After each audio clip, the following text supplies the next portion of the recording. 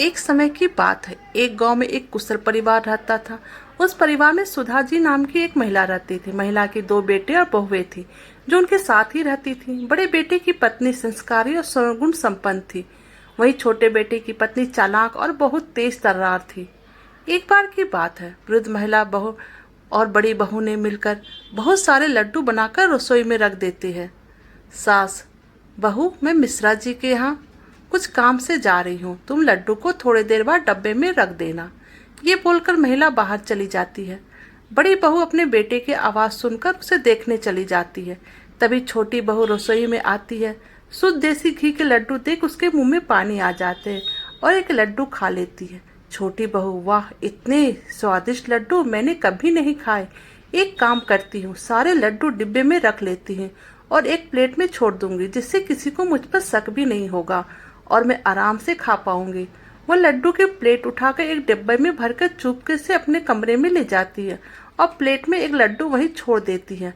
अपने कमरे में जाकर पेट भरकर लड्डू खाती है। पेट भर जाने पर वह लड्डू के डिब्बों को छुपा देती है। बड़ी बहू अपने बेटे को सुला रही थी, तभी वृद्ध महिला घर आ जाती है। सास: बड़ी बहू, ओ बड़ी बहू। सास की आवाज़ सुनकर भागी हुई आती है।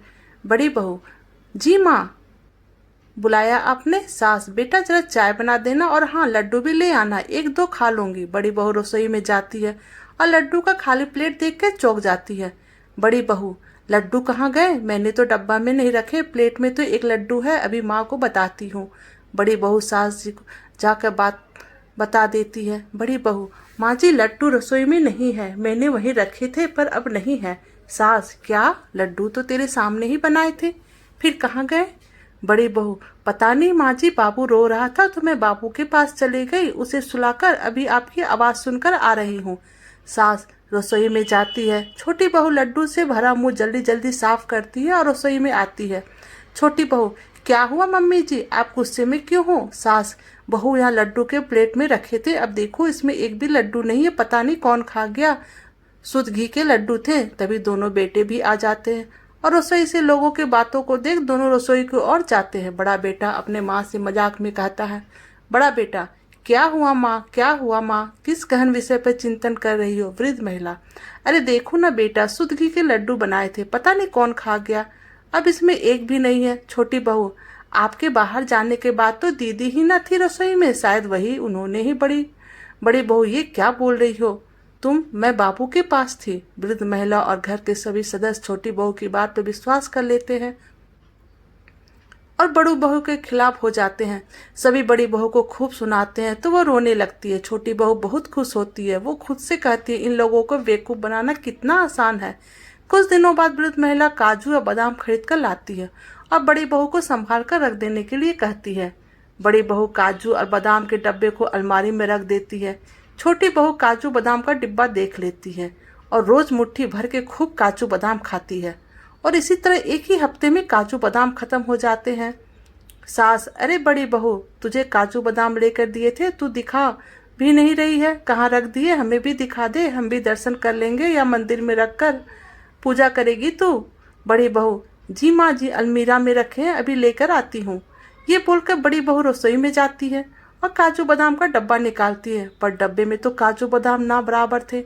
यह देख के बड़ी बहू चौंक जाती है और रोने लगती है। बड़ी बहू की रोने की आवाज़ सुनकर सास और के घर के सारे सदस्य रसोई में आते हैं। बड़ी बहू को रोता देख सास बोलती है। सास: अरे क्या हुआ, रो क्यों रही हो? बड़ी बहू: माँ जी, काजू बादाम यहीं रखे थे, पता नहीं कहाँ गए।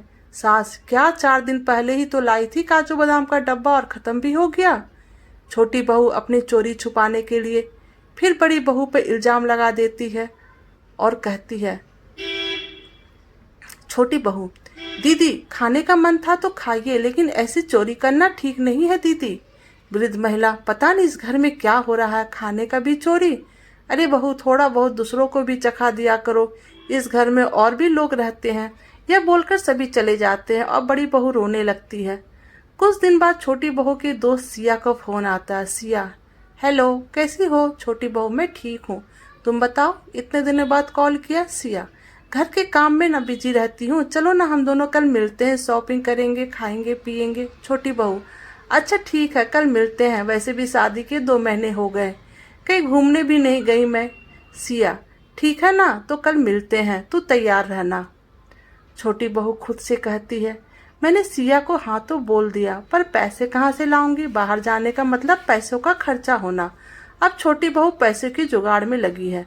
वो सास के कमरे से गुजरती है, तभी बड़ा बेटा माँ को 10,000 रुपया रखने के लिए देता है। माँ रात होते ही छोटी बहू सास के कमरे में जाती है और 10,000 की गड्डी चुरा लेती है। सुबह होते ही बड़ा बेटा 10,000 माँ से मांगता है। बड़ा बेटा, माँ वो 10,000 दिए थे ना, वो देना, दोस्त को वापस करने हैं। वह लेने के लिए आ रहा है। माँ कमरे में पैसा लेने जाती है। जैसे ही अलमारी खोलती है तो पैसे कहीं नहीं मिलते। बुजुर्ग महिला चिल्लाती है। चिल्लाने की आवाज सुनकर सभी सदस्य कमरे में आते हैं। बड़ा बेटा, क्या हुआ माँ? अब चिल्ला क्यों रही हो? इतनी घबराई हुई क्यों हो? माँ, मैंने यहीं 10,000 रखे थे, अब नहीं है, पता नहीं कहाँ चले गए। बड़ा बेटा, नहीं है मतलब? माँ, वो पैसे मेरे दोस्त के थे, वो आने वाला है, मैं कहाँ से लाकर दूंगा उसे?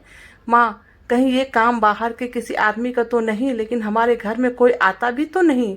बड़ा बेटा, हाँ माँ, आप सही कह रही हैं, अब मैं पुलिस को ही बुलाता हूँ। माँ, हाँ यही ठीक रहेगा, हमारे घर में कुछ न कुछ चोरी हो रहा है, अब ये पैसे भी चले गए, तू बुला ले बेटा पुलिस को। पुलिस का नाम सुनते ही छोटी बहू घबरा जाती है। बड़ा बेटा का दोस्त पैसे लेने आता है, यह देखकर बड़ी बहू जल्दी से अपने कमरे में जाती है और अपने बचाए हुए पैसे लाकर पति को दे देती है। बड़ी बहू के पास 10,000 देख के सब लोग शक करने लगते हैं। सास, ये पैसा कहाँ से आए तुम्हारे पास? बहू, बड़ी बहू, माँ जी ये हमारे बचत किए हुए पैसे हैं। सास, बचत किए हुए या फिर चुराए हुए? देख बहू, सच बता दे। छोटी बहू, अब इसकी भी चोरी की हद हो गई, अपने ही घर में चोरी। दीदी, आपको ये बातें शोभा नहीं देती। तभी पुलिस आ जाती है। पुलिस को देखकर छोटी बहू घबरा जाती है। पुलिस बड़ी बहू से पूछताछ करती है और बड़ी बहू को बेगुनाह साबित होती है। फिर पुलिस जब घर में एक एक कमरे की तलाशी लेती है तो छोटी बहू पूरी तरह से घबरा जाती है, क्योंकि अब पुलिस छोटी बहू के कमरे की तलाशी ले रही है। पुलिस को नोट की गड्डी अलमारी में कपड़े के नीचे रखे मिल जाती है, साथ में काजू बादाम का डिब्बा और एक दो लड्डू भी। सब चौंक जाते हैं। छोटी बहू फुट फुट कर रोने लगती है। छोटी बहू, माफ़ कर दीजिए, मुझसे गलती हो गई, माफ़ कर दीजिए। सास, सब कुछ तुमने चुराया और मेरी बड़ी बहू को दोषी बनाया। छोटी बहू रोने लगती है और बड़ी बहू से भी माफ़ी मांगती है। बड़ी बहू, कोई बात नहीं, तुम्हें इस घर में चोरी करने की कोई ज़रूरत नहीं है। तुम्हें कुछ भी चाहिए तो तुम सबसे कह सकती हो। तुम्हारी एक गलती ने तुम्हें कितनी बड़ी मुसीबत में डाल दिया था। मैं आप सबसे माफ़ी मांगती हूँ, आगे से ऐसा कभी नहीं करूँगी। जेठानी देवरानी को गले लगा लेती है और सास बड़ी बहू से माफ़ी मांगती है और बड़ी बहू सबको माफ़ कर देती है और सब खुशी खुशी ज़िंदगी जीते हैं। दोस्तों, आपको हमारी कहानी कैसी लगी प्लीज़ हमें कमेंट करके बताइएगा और प्लीज़ हमारे चैनल को लाइक और सब्सक्राइब कर दीजिएगा। Thank you.